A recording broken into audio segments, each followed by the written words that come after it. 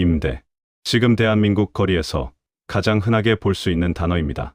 불과 몇 년 전까지만 해도 권리금 수억 원을 줘도 자리를 잡기 힘들었던 명동, 강남, 홍대 같은 핵심 상권은 물론 우리 집 앞 골목 상권까지 이 붉은색 글자가 점령했습니다. 사람들은 묻습니다. 코로나도 끝났는데 왜 가게들은 자꾸 문을 닫나요? 통계는 더욱 차가운 진실을 말해줍니다. 현재 상가, 공실률은 역대급이었던 코로나19 팬데믹 당시보다 더 심각한 수준으로 치닫고 있습니다. 한때 성공의 상징이었던 1층 상가는 이제 부채의 늪이 되었고 계약 기간이 끝나기만을 기다리는 상인들의 한숨은 깊어만 갑니다. 상가에 불이 꺼진다는 것. 그것은 단순히 한 자영업자의 폐업을 의미하지 않습니다. 그것은 우리 경제의 심장인 내수, 경기에 거대한 경고등이 켜졌음을 의미합니다.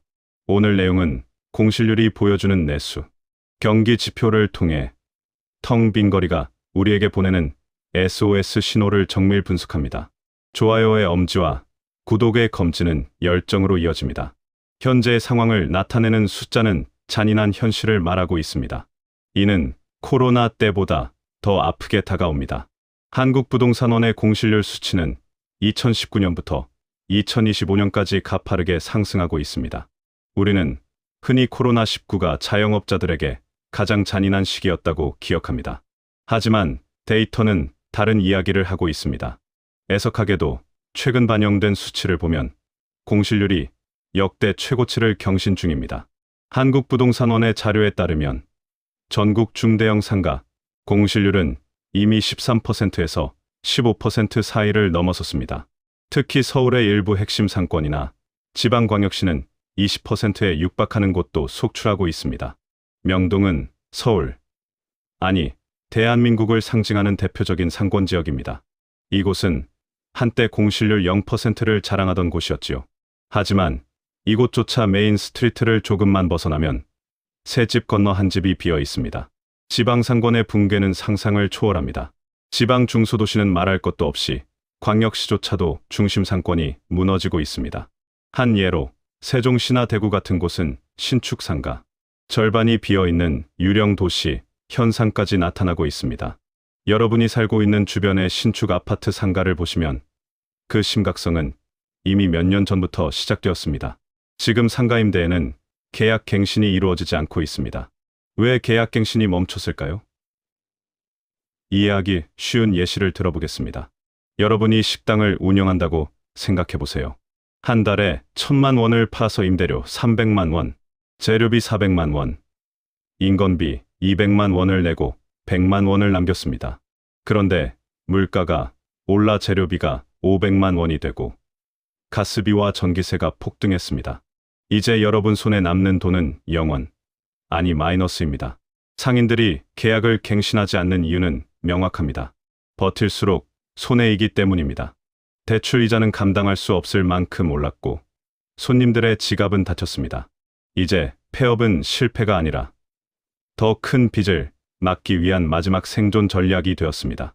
요즘 대형마트와 전통시장에 가보면 확연하게 손님이 줄어 한산의 짐을 느낄 수 있습니다. 장보는 주부들도 가격표를 보고는 선뜻 물건을 집어들지 못합니다.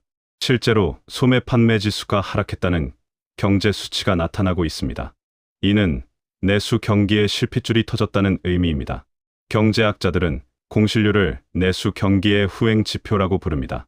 사람들이 돈을 쓰지 않으니 매출이 줄고 매출이 줄으니 임대료를 못 내고 결국 가게가 비게 되는 것이죠. 대한민국의 소매 판매액 지수는 최근 몇 분기 연속 마이너스 성장을 기록하고 있습니다. 이는 민간 소비의 위축을 가져와 서민들의 지갑을 굳게 닫도록 만들었습니다. 물가가 오르면서 생활 패턴도 많이 바뀌었습니다. 고물가의 습격이 지속되면서 10,000원 한 장으로 점심 한 끼 해결하기 힘든 런치플레이션 시대가 되었습니다. 사람들은 외식을 줄이고 편의점 도시락으로 끼니를 때우기 위해 근처 편의점으로 향합니다. 금리도 서민들의 목을 옥죄고 있습니다. 고금리의 압박이 실제 가계에 상당한 영향을 끼치기 시작합니다. 가계 부채가 세계 최고 수준인 대한민국에서 금리 인상은 곧 가처분 소득의 증발을 의미합니다. 주택담보대출 이자를 내고 나면 옷 한 벌 사고 외식 한 번 할 여유가 사라지는 것입니다. 돈이 돌아야 살림살이가 나아질 텐데 돈이 돌지 않으니 정부는 억지로 시중에 돈을 풀어 소비를 진작시키려 합니다. 하지만 그것은 일시적이고 그 한계가 분명합니다. 결국 소비 생산 고용의 악순환으로 이어지게 됩니다. 간단하면서 현실적인 상황을 통해 이 악순환을 설명해 보겠습니다. 먼저 소비가 감소하면 가게가 망합니다. 소득이 감소하면 사장님과 알바생이 소득을 잃습니다. 지출이 감소하면 소득이 없으니 다른 곳에서도 돈을 안 씁니다. 결국 경기 침체가 되어 나라 전체의 경제 활력이 떨어집니다. 텅 빈 상가는 우리 경제의 혈관인 내수가 막혀가고 있다는 가장 시각적인 증거입니다. 그런데 이상하지 않나요? 이런 상황에서 건물주는 왜 임대료를 내리지 않을까요? 여기서 공실률의 역설이 등장합니다. 일반적인 논리라면 공실률과 임대료는 반비례가 되어야 합니다. 여기에는 숨겨진 내막이 있습니다. 의문점을 풀어봅시다. 가게가 저렇게 비어 있으면 건물주들은 임대료를 내려서라도 세입자를 받는 것이 정상적인 상황이 아닐까? 참으로 웃긴 상황이 연출됩니다. 임대료가 내려가면 건물이 반값이 된답니다. 간단하게 예시를 들어볼게요. 건물 가치는 임대료, 수익률로 계산됩니다. 예를 들어 임대료가 월 500만 원일 때 100억 원짜리 건물이라면 임대료를 250만 원으로 내리는 순간 이 건물의 가치는 산술적으로 50억 원으로 폭락할 수 있습니다. 최근에 지어진 화려한 빌딩이 있습니다. 멋진 외관과 대조적으로 텅 빈 1층 상가가 있고 건물주와 공인중개사가 심각하게 대화를 합니다. 그들은 수익률과 감정평가액이라는 두 단어 사이에서 계산기를 두드리고 있습니다.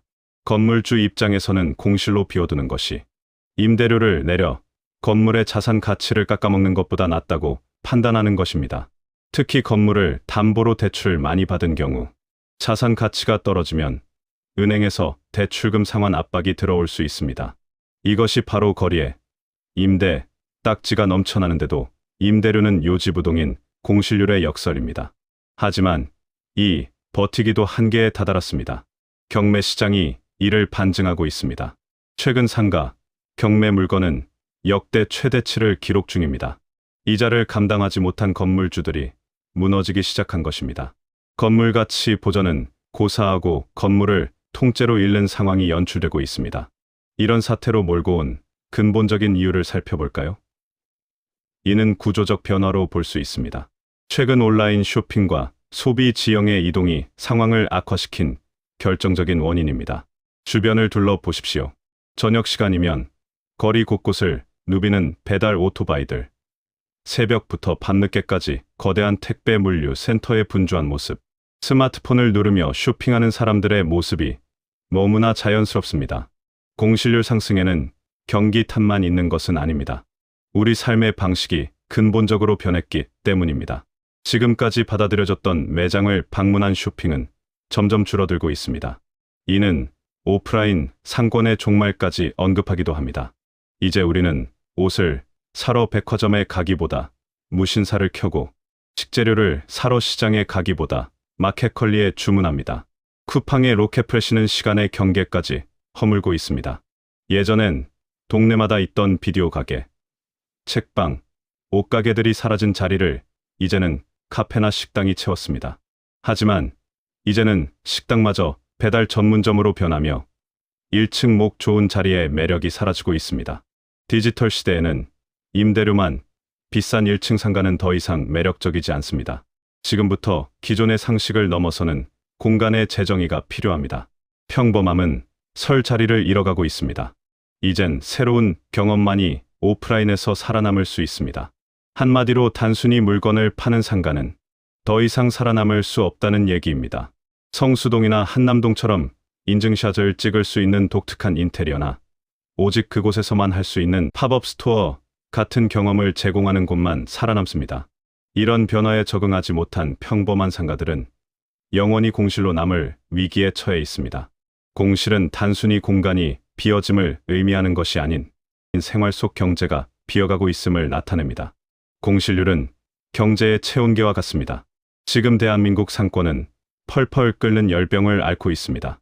높아진 공실률은 우리에게 세 가지 메시지를 던집니다. 첫째, 가계 부채와 고금리의 고통이 한계치에 도달했다는 것.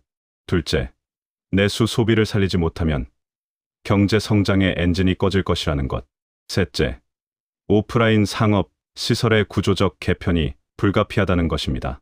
일반인들에게 공실률의 수치가 오르는 것은 단순히 남의 일이 아닙니다. 우리 동네 상가가 비어간다는 것은 내 자산 가치가 떨어지고 내 일자리가 위협받으며 우리 지역의 경제 활력이 죽어가고 있다는 신호입니다. 정부는 금리와 물가를 세심하게 살펴 지갑을 얇게 해야 하고 건물주와 상인은 공생의 길을 찾아야 합니다.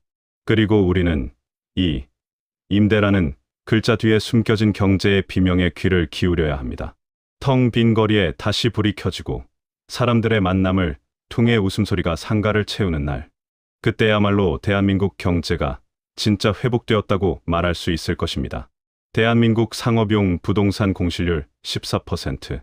물론 축소된 수치입니다.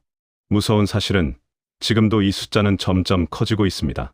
당신의 동네는 안녕하십니까?